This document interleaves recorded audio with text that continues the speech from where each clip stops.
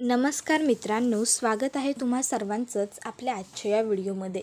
आपल्या या व्हिडिओमध्ये आपण जाणून घेणार आहोत लक्ष्मीच्या पावलांनी या मालिकेच्या पुढील काही येणाऱ्या भागांचे लेटेस्ट त्याचबरोबर इंटरेस्टिंग अपडेट. त्यामुळे पटापट व्हिडिओला लाईक करा, तसेच चॅनलला सबस्क्राईब करून बेल आयकॉन आठवणीने प्रेस करा, जेणेकरून तुम्हाला पुढच्या प्रत्येक व्हिडिओचं नोटिफिकेशन मिळत जाईल आणि सर्व व्हिडिओंचा आनंद हा अगदी उत्तम पद्धतीने घेता येईल. चला तर मग मित्रांनो, अजिबात वेळ वाया न घालवता सुरुवात करूया आपल्या आजच्या व्हिडिओला. तर आत्तापर्यंत आपण असं पाहिलं आहे की इकडे कलाने अद्वैतला स्पष्टपणे सांगून टाकलेलं आहे की जोपर्यंत स्वामीनाथन सरांचं प्रोजेक्ट सुरू आहे तोवरच मी तुझ्याबरोबर काम करेन. एकदा का त्यांचं प्रोजेक्ट संपलं की मग मी तुझ्याबरोबर काम करणार नाही आणि त्याच्या आधीच आपण डिवोर्ससुद्धा घेऊया, म्हणजे आपण प्रत्येक मार्गाने वेगळे वेगळे झालेलं असू. त्यावर अद्वैत आता कलाला सांगत असतो की हे बघ, या सगळ्या फालतू गोष्टींचा विचार सध्या करत बसू नकोस. आत्ता सध्या तुला तुझ्या कामावरती फोकस करण्याची खूप जास्त गरज आहे, तर तू जा आणि तुझ्या कामावरती फोकस कर आणि व्यवस्थित काम करायला लाग. त्यावर कला ही अद्वैतला सांगत असते, मी माझं काम कसं करायचं आणि कुठे फोकस करायचं आहे मला तू शिकवण्याची गरज नाही आहे. मी माझं बघून घेईन आणि मी माझं काम व्यवस्थित करीन. त्याबरोबर लगेचच आता अद्वैत म्हणत असतो की तुला प्रत्येक गोष्टीत वाद घातलाच पाहिजे असतो का गं? मी जर प्रेमाने सांगतोय तर तू ऐकू शकतेस ना, आणि जर तू तुझं बघून घेशील ना तर ठीक आहे, मी सुद्धा माझं बघून घेईन. त्यावर कला म्हणत असते, चांदेकर तुझ्याशी बोलणं ना म्हणजे एखाद्या गाढवासमोर सारखं सारखं डोकं आपटण्यासारखं आहे. त्यावर अद्वैत म्हणतो, ठीक आहे तर मग नको आपटू स्वतःचं डोकं, आणि का उगाच तुझ्याही डोक्याला त्रास आणि माझ्याही डोक्याला त्रास देतेस. त्याबरोबर कला म्हणते, जाऊ देत, तुझ्यापेक्षा ना मी माझं त्या लॅपटॉप बघत बसेन, ते माझ्यासाठी चांगलं असेल. आणि मग कला लगेचच तिकडनं काम करण्यासाठी निघून जाते. आता कलाने मला डिवोर्स हवा आहे असं अद्वैतला सांगितलेलं असतं खरं, पण आता अद्वैतला मात्र खूप जास्त टेन्शन आलेलं असतं. त्याला कळत नसतं की आता मी करू तरी काय, कारण त्याला काही झालं तरी कलाला घटस्फोटसुद्धा द्यायचा नाही आहे. पण आता कला तर हट्टालाच पेटून उठली आहे की मला डिवोर्स हवा आहे म्हणजे हवा आहे. मग आता मी करू काय? मग आता अद्वैत घरी आलेला असतो आणि घरी येऊन तो त्याच्या अगदी जवळच्या घनिष्ठ मित्राला म्हणजेच अद्वैतला कॉल करतो आणि अद्वैतला आता ही सगळी परिस्थिती अद्वैतला सगळी परिस्थिती सांगत असतो. त्यावेळेस आता अद्वैतला अर्जुन म्हणतो की बाप रे, खरंच रे, खूप कॉम्प्लिकेशन्स झालेत, पण जर तुला कला वहिनींपासून वेगळं व्हायचं नाही आहे तर तुला त्यांच्यापासून वेगळं व्हावं लागेल. त्यावर लगेचच अद्वैत म्हणतो, म्हणजे हे बघ रे यार अर्जुन, तू प्लीज तुझ्या वकिली भाषेत बोलू नकोस, मला कळेल असं स्पष्ट भाषेत बोल ना जरा. त्यावर आता अर्जुन अद्वैतला सांगत असतो, अद्वैत पण यासाठी तुला पुन्हा थोडं खोटं बोलावं लागेल. त्यावर अद्वैत म्हणतो, आता काय? त्यावर अर्जुन सांगतो की हे बघ, डिवोर्ससाठी ना एक नोटीस पिरियड असतो 6 महिन्यांचा. म्हणजे तुम्ही दोघांनीही डिवोर्स पेपर साईन केल्यानंतर वकील तुम्हाला सांगतात की 6 महिने एकत्र राहा, छान मजा करा, फिरा वगैरे एक्सेट्रा. काउन्सिलिंग सेशन असतं असं समजते. मग तुला आणि कला वहिनीला ते सगळं तसं सांगतील तसं करावं लागेल, जेणेकरून तुमचा डिवोर्स होईल, कारण तेच डिवोर्सचं प्रोसेस आहे. पण मग तुला एक खोटं असं बोलावं लागेल की हे सगळं तुला आधीपासून माहीत नव्हतं. नाहीतर जर हे तुला माहीत होतं असं कला वहिनीला कळलं तर तिला वाटेल की हे सगळं तूच मुद्दामून घडवून आणलेस. त्यावर अद्वैत म्हणतो की ठीक आहे अर्जुन, पण नक्की ना नोटीस पिरियड असतो म्हणून? नाहीतर जर मी डिवोर्स पेपर्सवर सह्या केल्या आणि नोटीस पिरियड वगैरे काही नसला तर मग मी आणि खरे कायमचे वेगळे होऊन जाऊ. त्यावर लगेचच आता अर्जुन हा अद्वैतला सांगत असतो, भावा अरे, गेले 7-8 वर्षांपासून मी ह्या फील्डमध्ये काम करतो आहे. आता आचारमध्ये ते मिसेस सायली काय मुरवतात, ते ऑइल जसं मुरतं ना तसं आता मी सुद्धा मुरलेलो आहे ह्या प्रोफेशनमध्ये. त्यामुळे डोंट वरी भावा. त्याबरोबर आता दुसऱ्या दिवशी कला ही ऑफिसला आलेली असते. अद्वैत हा कलाला केबिनमध्ये बोलवून घेतो आणि तिला म्हणत असतो की खरे मला तुझ्याशी एका महत्त्वाच्या विषयावर बोलायचं आहे. कला म्हणते, हे बघ पटकन बोल, माझ्याकडे वेळ नाही आहे, माझ्याकडे खूप काम आहेत. त्यावर अद्वैत म्हणत असतो, तुझ्याच कामाचं आणि फायद्याचं सांगतोय. त्यावर कला म्हणते, बरं बोल पटपट. मग अद्वैत हा आता कलाला सांगत असतो, खरे तुला घटस्फोट हवा होता ना, ठीक आहे, मी तुला डिवोर्स द्यायला तयार आहे. उद्या सकाळी 11:30 वाजता आपल्याला लॉयरच्या ऑफिसमध्ये पोहोचायचं आहे. त्यावर कला म्हणते की ठीक आहे, माझी काहीच हरकत नाही आहे. पण आता इकडे घरी आल्यावर मात्र कलाला बेचैनी होत असते की चांदेकर खरंच मला घटस्फोट देणार, त्याला खरंच मी एवढी नकोशी झाली आहे का? त्यानंतर आता इकडे ॲडव्होकेट हे कला आणि अद्वैतला विचारत असतात, तुमची नावं काय? त्याबरोबर कला आणि अद्वैत सांगत असतात, मी कला खरे. तर अद्वैत म्हणत असतो, मी अद्वैत चांदेकर. त्यावर लगेचच आता ते म्हणायला लागतात, तुम्ही दोघं नवरा बायको आहात का? त्यावर ते होकार देतात. मग लगेचच ते म्हणतात, मग तुमचं नाव कला खरे कसं? तुम्ही तर मिसेस अद्वैत चांदेकर असायला हवं ना? त्यावर कला म्हणते, कारण आता आम्ही दोघंजणं इथे डिवोर्स घेण्यासाठी आलो आहे ना. मग डिवोर्स घेतल्यानंतर मी फक्त कला खरेच उरणार आहे. मग उगाचच्या उगाच अद्वैत चांदेकर ही ओळख लावायचीच कशाला? म्हणून मी कधीच या नावाचा वापर केलेला नाही आहे. माझं नाव कला खरे आहे आणि मी कायम कला खरे म्हणूनच जगणार आहे. तुम्ही ते सगळं सोडा, आमचं डिवोर्सचं प्रोसेस सुरू करा सर. त्याबरोबर लगेचच आता ते त्या दोघांनाही सांगत असतात, डिवोर्सचं प्रोसेस सुरू करणं एवढं सोपं नाही आहे. त्यासाठी सगळ्यात अगोदर आपल्याला डिवोर्स पेपर्स बनवून घ्यावे लागतील. त्यानंतर त्यावरती तुम्हा दोघांच्या सह्या घ्याव्या लागतील आणि मग पुढे जे काही प्रोसेस असतं ते सुरू होईल. त्याबरोबर लगेचच आता अद्वैत हा त्याला म्हणायला लागतो, बापरे, मग या सगळ्यात किती वेळ जाईल किमान? त्यावर ते सांगतात की खूप वेळ जाऊ शकतो. मग कला म्हणते, सर सर सर अहो ऐकून घ्या माझं. पेपर्स वगैरे बनवण्याची काहीसुद्धा गरज नाही आहे, कारण ऑलरेडी आमच्याकडे पेपर आहेत आणि फक्त पेपरच नाही तर त्या पेपर्सवरती आम्ही दोघांनी सह्यासुद्धा केलेल्या आहेत. त्याबरोबर लगेचच आता ते म्हणायला लागतात, हो का? अरे वा वा वा, अगदी उत्तम काम करून ठेवलेलं आहे तुम्ही. मग तुम्हाला घटस्फोट मिळणं हे अगदीच सहज शक्य आहे, पण त्यासाठी तुम्हाला एक गोष्ट करावी लागेल. त्यावर कला म्हणत असते की सर हे बघा, मला ह्या चांदेकर बरोबर राहण्यात अजिबात रस नाही आहे. त्यामुळे मला त्यासाठी जे जे काही करावं लागेल ना, तुम्ही सगळं मला सांगा. अगदी तुम्ही मला पाण्यात उडी मार जरी सांगितलं ना तरी मी करायला तयार आहे, पण प्लीज मला याच्यापासून सुटका करून द्या, असं कला म्हणत असते. त्याबरोबर इन्स्पेक्टर साहेब त्यांना म्हणत असतात, नाही नाही ते सगळं ठीक आहे, मी करेनच, पण मला आधी हे सांगा की तुम्ही दोघं वेगळे का होत आहे? यामागे एक ठोस कारण काय आहे? त्यावर कला म्हणते, नाही ठोस कारण असं काही नाही आहे. त्यावर लगेचच आता ते म्हणायला लागतात की जर ठोस कारण नाही आहे तर मग तुम्ही वेगळे का होत आहे? कारण काय आहे ना, कोर्टामध्ये सिद्ध करण्यासाठी आपल्याला काहीतरी ठोस पुरावा आणि ठोस कारण असावं लागतं, तेव्हाच आपली केस कोर्टात उभी राहते. तर आता कला म्हणते, सर मी तुम्हाला सांगते. आणि मग ती सांगायला सुरुवात करते, माझ्या मोठ्या बहिणीबरोबर अद्वैत चांदेकरचं लग्न ठरलं होतं, पण माझ्या मोठ्या बहिणीचं काही कारणास्तव याच्या धाकट्या भावाबरोबर म्हणजेच राहुल चांदेकर बरोबर लग्न झालं आणि ते दोघं पळून गेले होते. त्यामुळे मंडपात मला उभं केलं आणि माझं आणि अद्वैतचं लग्न केलं. त्याबरोबर लगेचच आता पुढे कला सांगत असते, पण आम्ही दोघं एकमेकाला नवरा बायकोच्या रूपात कधीच स्वीकारू शकलो नाही. त्याबरोबर लगेचच आता वकील साहेब म्हणत असतात, तुम्हा दोघांची अडचण काय आहे ती माझ्या व्यवस्थित लक्षात आली आहे आणि आत्ता म्हणूनच मी तुम्हाला डिवोर्सचं पुढचं प्रोसेस सांगतो. आता पुढचं प्रोसेस हे आहे की तुम्हा दोघांना एकत्र 6 महिने एका घरात एका छताखाली राहायचं आहे.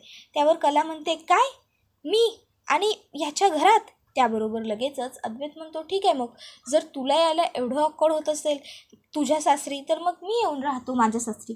त्यावर कला म्हणते, सो फनी. अहो सर, पण या सगळ्याची काय गरज होती? त्याबरोबर आता लगेचच ते वकील साहेब सांगत असतात की काय आहे ना, वकील म्हणून मला तुम्हाला हे सगळं सांगणं आहे, कारण हे सगळे कोर्टाचे नियम आहेत, कोर्टाचे प्रोटोकॉल आहेत की एखादा स्त्री आणि पुरुष जर वेगळे होत असतील तर त्याच्या आधी 6 महिने त्या दोघांनीही एकत्र व्यवस्थित बसून गप्पा मारायच्या, चर्चा करायची आणि त्यानंतर काय तो निर्णय घ्यायचा. आणि जर रोज एकमेकाबरोबर संवाद साधायचा असेल, एकमेकाबरोबर गप्पा मारायचे असतील तर मग एकत्र राहण्याशिवाय दुसरा मार्गच उरत नाही, बरोबर ना? त्याबरोबर मात्र आता कला म्हणत असते, अहो सर, पण त्याबरोबर ते वकील साहेब सांगतात, मॅडम तुम्हाला हे सगळं करावंच लागेल, कारण हे कोर्टाचे प्रोटोकॉल आहेत. ज्यावेळेस तुम्ही या सगळ्या टप्प्यातून पुढे जाल तेव्हाच तुम्हाला डिवोर्स मिळेल. आता हे ऐकून अद्वैतला तर खूप भारी आणि एकदम छान वाटलेलं असतं, पण कलाला मात्र खूप जास्त टेन्शन आलेलं असतं, कारण पुन्हा एकदा तिला चांदेकर मॅन्शनवरती जाऊन राहावं लागणार असतं, जे घर ती सोडून आलेली असते, ज्या घराच्या उंबरठ्यावरून तिला पुन्हा पायही घालवायचा नसतो. आता त्याच घराच्या उंबरठ्याच्या आत तिला पुन्हा एकदा चांदेकरांची सून, अद्वैतची बायको म्हणून वावरावं लागणार असतं. तर इकडे आता वकील साहेब सांगत असतात की एकदा का तुमचे 6 महिने पूर्ण झाले की मग बघा, मी तुम्हाला डिवोर्स नक्की मिळून जाईन. हां, फक्त तेव्हा तुमची डिवोर्स घेण्याची इच्छा असली पाहिजे. त्यावर कला म्हणत असते, सर माझी इच्छा कायम असणार आहे, कारण मला याच्याबरोबर राहण्यात काहीसुद्धा रस नाही आहे. हाच म्हणतो ना मी याच्यासाठी कम्पॅटेबल नाही आहे म्हणून. त्यावर लगेचच आता वकील साहेब म्हणतात, मी तुम्हाला एक गोष्ट सजेस्ट करू का?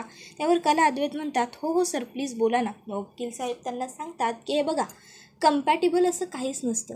उलट कपलमध्ये जितकी डिससिमिलॅरिटी असते ना, तितकंच त्यांचं प्रेम जास्त खुलतं. त्यावर कला आणि अद्वैतला प्रश्न पडतो, असं कसं शक्य आहे? त्यावर ते सांगतात, मी एक्सप्लेन करतो तुम्हाला.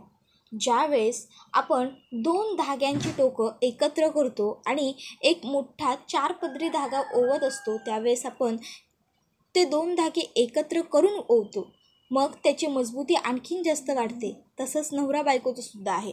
नवरा बायको जेव्हा वेगळे वेगळे असतात ना, तेव्हा त्यांची शक्ती ही विभागलेली असते. जेव्हा ते एक होतात ना, तेव्हा त्यांची शक्ती जास्त वाढते. या गोष्टी लक्षात ठेवा.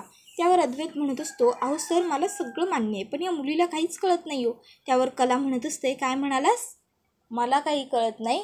त्यावर लगेचच अद्वैत म्हणतो, सॉरी बाबा चुकलं माझं, चल आता इथून निघूया आपण. त्यानंतर आता कला आणि अद्वैत हे दोघंही तिथून निघालेले असतात. तर कला ही आता अद्वैतला म्हणत असते, ठीक आहे जाऊया मग आता इथून पेढीवर, आणि मग त्यानंतर संध्याकाळी काय करायचं ते ठरवू. त्याबरोबर अद्वैत म्हणत असतो, हे बघ आता तुला डिवोर्स हवा असेल तर तुला घरी येऊन राहावंच लागेल, आणि जर तुला डिवोर्स नको असेल तर मग तुझी मर्जी, तुला जे हवं आहे ते तू कर. पण मी तर तुझ्याबरोबर राहायला तयार आहे, कारण मला सुटका करून घ्यायची ना स्वतःची तुझ्यापासून. आता खरं तर अद्वैत हे सगळं कलाला मुद्दाम बोलत असतो, जेणेकरून कलाने लवकरात लवकर घरी राहायला यावं आणि स्वतःहून सांगावं की मला तुझ्यापासून सुटका हवी आहे. मग काय, आता इकडे घरामध्ये अद्वैत खुशीने आलेला असतो. त्याबरोबर घरातले सगळेच त्याच्याकडे बघत असतात. मग अद्वैत म्हणतो, बरं ठीक आहे, तुम्हाला सगळ्यांनाच एक गुड न्यूज देऊन टाकतो. आणि मग तो सगळ्यांना सांगायला लागतो की खरे घरी परत राहायला येणार आहे. आता हे ऐकून सोहम, आजोबा, त्याचबरोबर सोहमची बायको यांना तर खूप आनंद झालेला असतो, आणि यामध्ये असते ती म्हणजे रजनी. पण सरोज, नैना, रोहिणी, राहुल या चौघांना मात्र अजिबात तीळभरही आनंद झालेला नसतो. उलट त्यांना तर वाटत असतं की या खरेने कधीच घरामध्ये येऊ नये.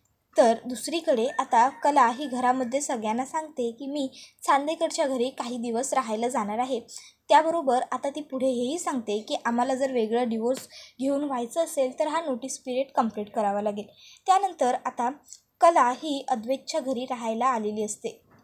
आता अद्वैतने ठरवलेलं असतं की काहीही झालं तरी या 6 महिन्यांमध्ये मला खरेचं मन जिंकायचंच आहे, पण त्याचबरोबर मला आईलासुद्धा समजवायचं आहे. आता दोन्ही गोष्टी खूप अवघड आहेत, पण मला या दोन्ही गोष्टी शक्य करून दाखवायच्या आहेत. कारण शेवटी मी कोण आहे? The great Chandekar. मला काहीही जमणं शक्य आहे. जगातली कोणतीही गोष्ट मी करू शकतो. आता अद्वैत याच कॉन्फिडन्सने कामाला सुरुवात करतो. आता तो एक बाजूला सरोजला समजावत असतो की कला तिची सून होण्याच्या कशी लायक आहे, तर दुसऱ्या बाजूला तो कलाला समजावत असतो की ते आता दोघं नवरा बायको म्हणून एकमेकासाठी किती कम्पॅटेबल आहेत, किती परफेक्ट आहेत. आता दरम्यान ऑफिसमध्येही कला आणि अद्वैत एकत्र राहत असतात, घरातही एकत्र राहत असतात, सतत एकमेकाच्या नजरेसमोर राहत असतात, आणि त्यामुळे हळूहळू का होईना कला अद्वैतच्या भांडणाचं रूपांतर हे त्यांच्या प्रेमात होत असतं. कारण आता फायनली अद्वैतच्या लक्षात त्याची चूक आलेली आहे की आपण उगाचच्या उगाच डिवोर्स हवाय असा गोंधळ करत होतो किंवा कम्पॅटिबिलिटी चेक करत होतो, कारण या सगळ्यांची गरज नाही आहे. नवरा बायको जरी एकमेकासाठी कम्पॅटेबल नसले तरीसुद्धा ते जिथे कमी पडत असतात तिथे दुसरा त्याची कमी भरून काढतो, आणि सगळं काही व्यवस्थित पुढे चालत राहतं. ही गोष्ट आता अद्वैतला पटलेली असते, आजोबांनी सांगितलेली असते त्याला. त्यानंतर आता इकडे जे लॉयर त्यांचा डिवोर्स घडवून आणणार असतात त्यांनीसुद्धा त्यांना सांगितलेलं असतं की तुम्ही प्रयत्न करा, मे बी 6 महिन्यानंतर तुमचा डिवोर्स घेण्याचा निर्णय बदलेल. आणि आता हळूहळू आपल्याला तीच सगळी चिन्ह पाहायला मिळत असतात, कारण कला आणि अद्वैत एकमेकाच्या खूप जास्त क्लोज या दरम्यान यायला लागलेले असतात. आणि अर्थातच जर सगळं काही व्यवस्थित होत असेल तर कोणतीच व्यक्ती जबरदस्तीने बळजबरीने घटस्फोट घेऊन आपल्या आयुष्याची माती करून घेणार नाही. आता कला आणि अद्वैतसुद्धा घटस्फोट घेऊन स्वतःच्या आयुष्याची माती करणार नाहीच, हे तर आपल्या सगळ्याला माहीतच आहे.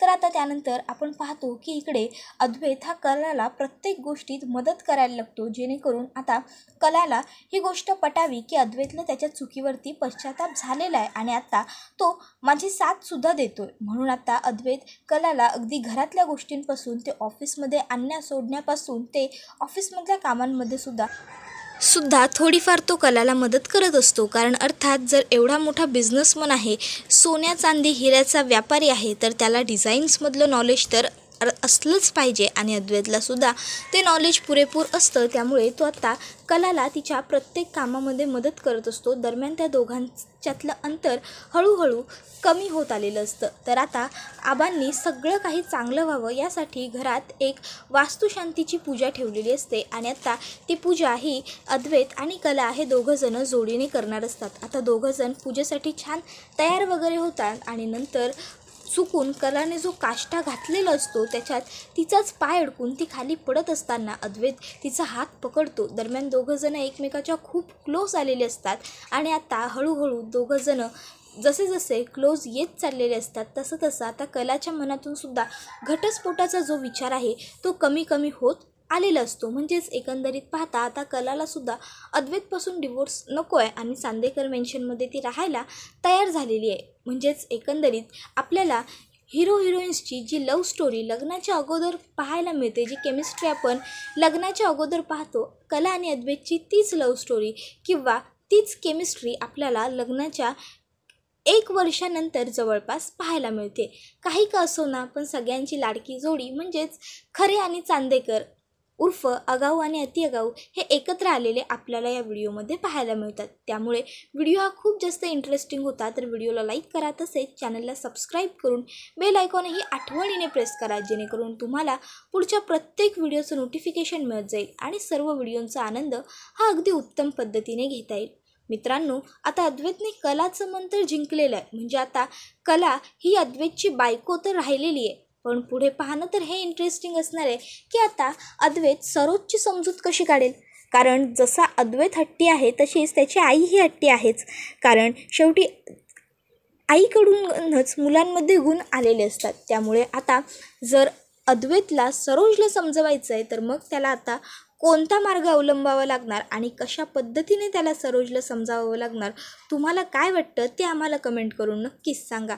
त्याचबरोबर कला आणि अद्वैतची जोडी तुम्हाला कशी वाटते ते सुद्धा कमेंट्समध्ये सांगायला विसरू नका. आपला हा व्हिडिओ तुमच्या जास्तीत जास्त कुटुंबियांबरोबर तसेच मित्रपरिवारांबरोबर सुद्धा नक्की शेअर करा, जेणेकरून त्यांनासुद्धा आपल्या अशाच उत्तम उत्तम व्हिडिओंचा आनंद घेता आला पाहिजे. हा व्हिडिओ इथेच संपतो. पुढचा व्हिडिओ येईपर्यंत टाटा बाय बाय, धन्यवाद, टेक केअर.